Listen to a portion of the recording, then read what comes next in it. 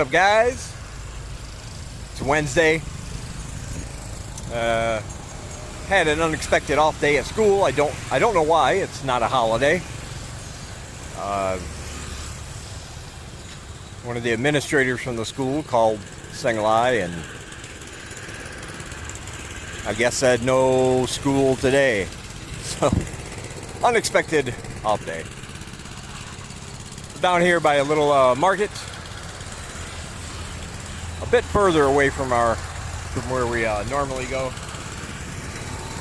but it's an area I don't get to that often.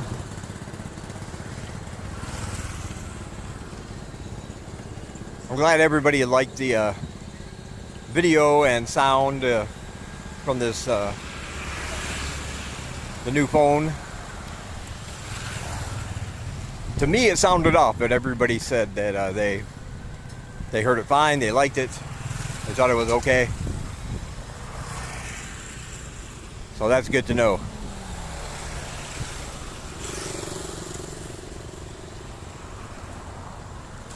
Yeah, that was a pretty long walk, but it's only about 89 degrees Fahrenheit. As you can see,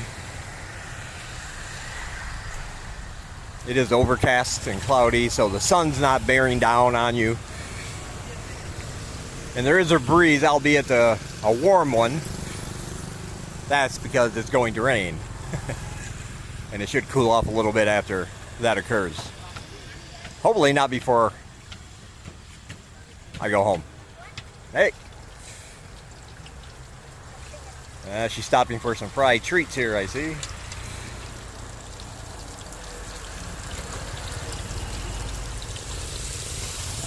Look at that, fried bananas. Yeah, you can't go wrong with that. It's like bananas are good and they're healthy for you. Fried foods are not. So you get the best of both worlds. People ask, do you eat enough fruits? If you count the fried ones, yes, as I do.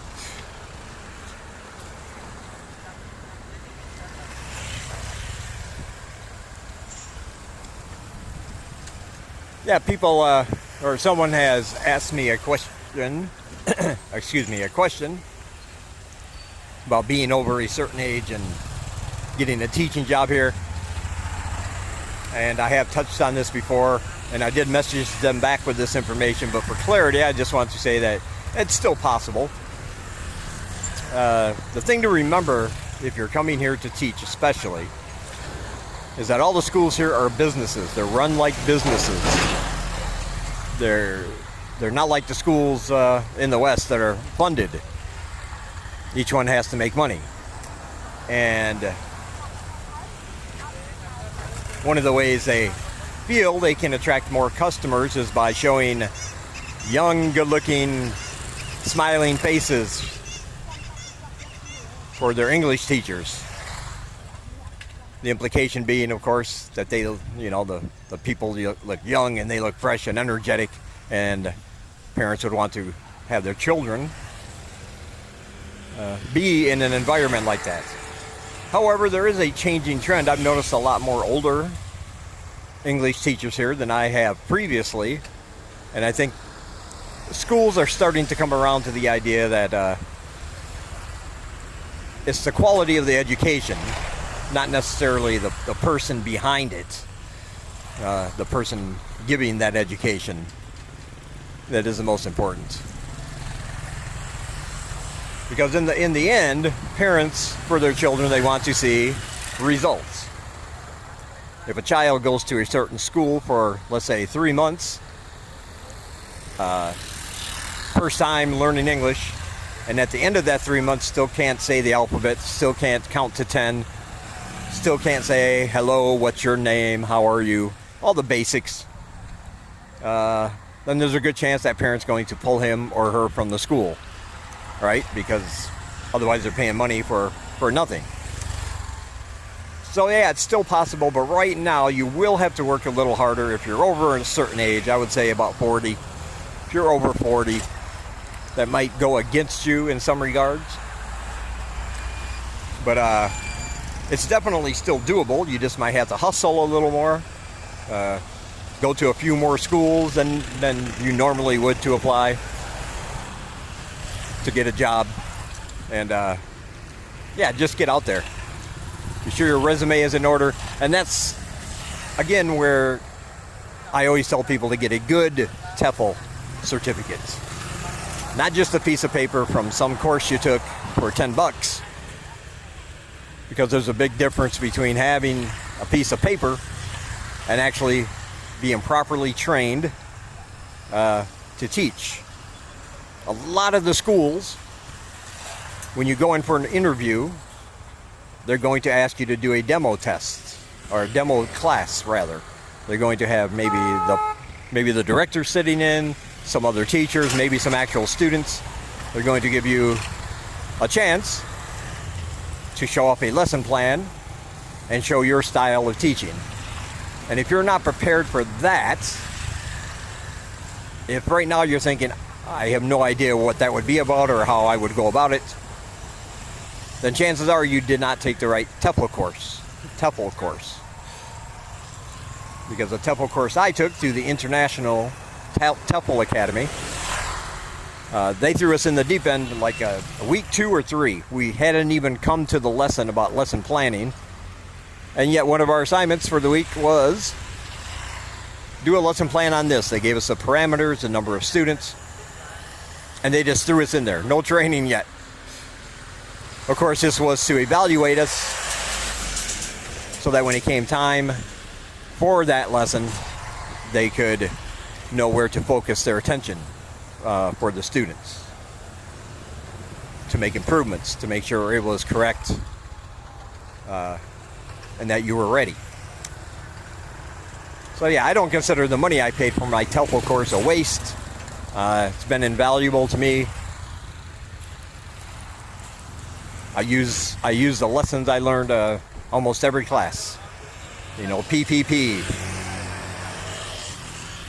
presentation, practice, production.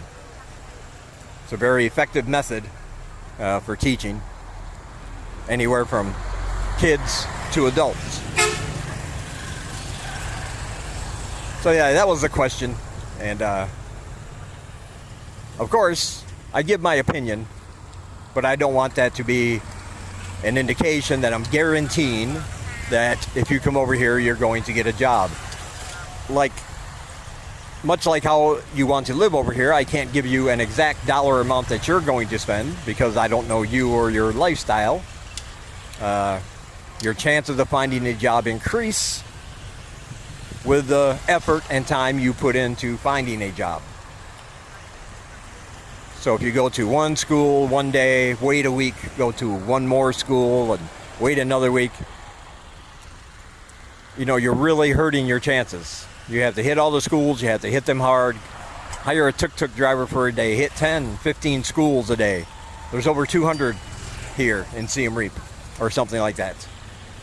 A lot of them are not well known. They're off the beaten path. They're not the ones people think of, but they are out there. And you just have to find them and get out there and apply.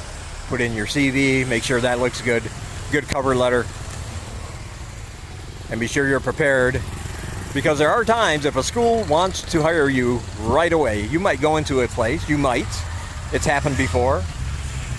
It goes from the just handing in your application, then you're talking to the director, then you're talking to an administrator, and then, you know, a half hour later you're in a classroom giving a demo. And if you pass all that, you might walk out with a job. But if you're not prepared for that, like I said, you're decreasing your chances by a lot. Anyway, that's my advice. You may take it or you may leave it.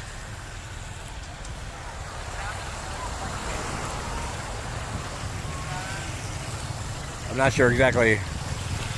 Still doing the frying. Okay, there we go. There we go.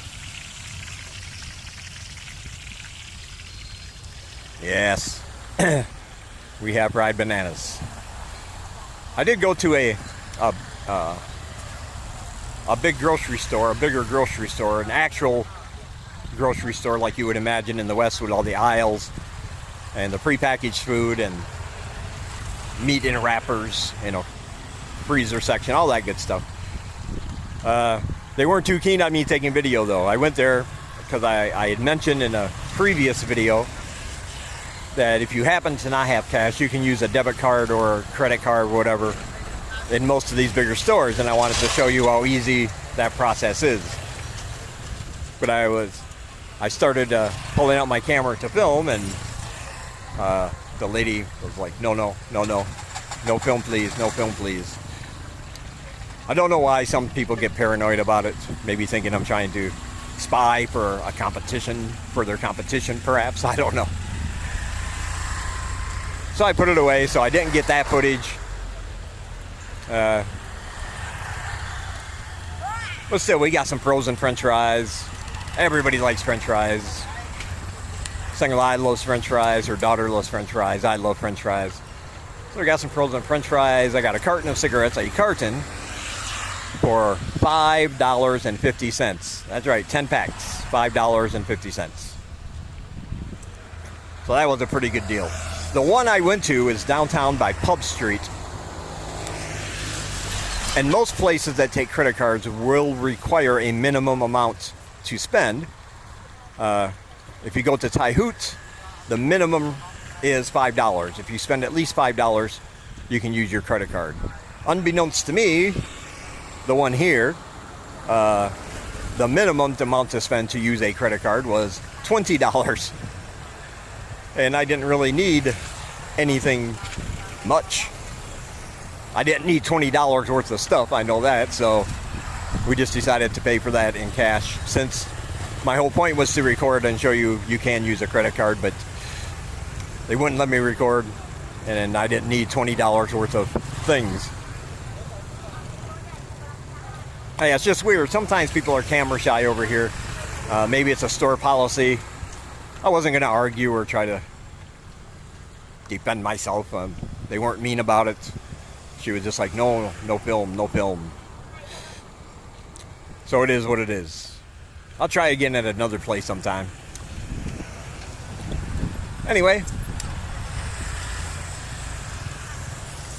Oh, now she's going to walk.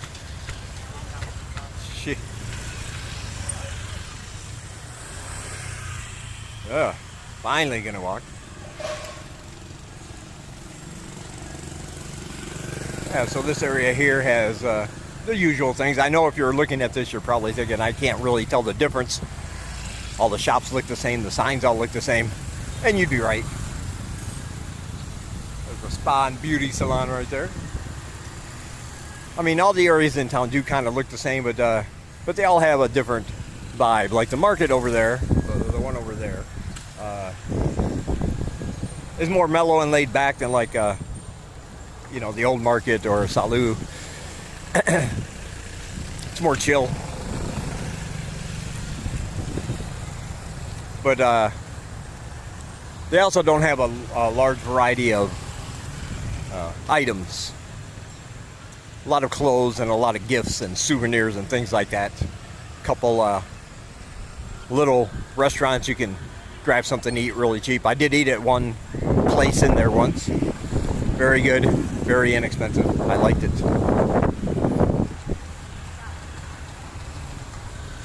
So, yeah, but this one down here especially, you can see all these places, all those places over there, you see starting at the corner and going all the way down there, these are all phone shops. This is like Phone Shop Alley,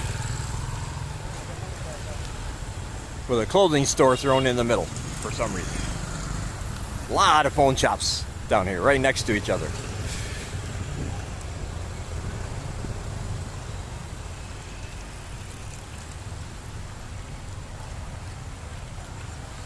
Sometimes I'm curious as to why or how some businesses don't seem to succeed. And then other times I wonder how some of them actually do succeed. When you're in this crowded of a market, like for phones, I don't know how they all stay in business. It doesn't seem to be, none of the shops seem to be thriving with customers. Prices are all the same. The brands and styles are all the same. I guess it's just a mystery.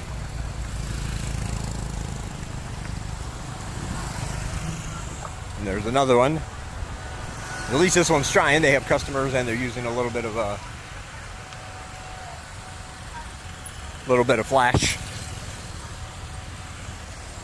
trying to draw people in. Here's another thing you might want to think about when you're coming over here.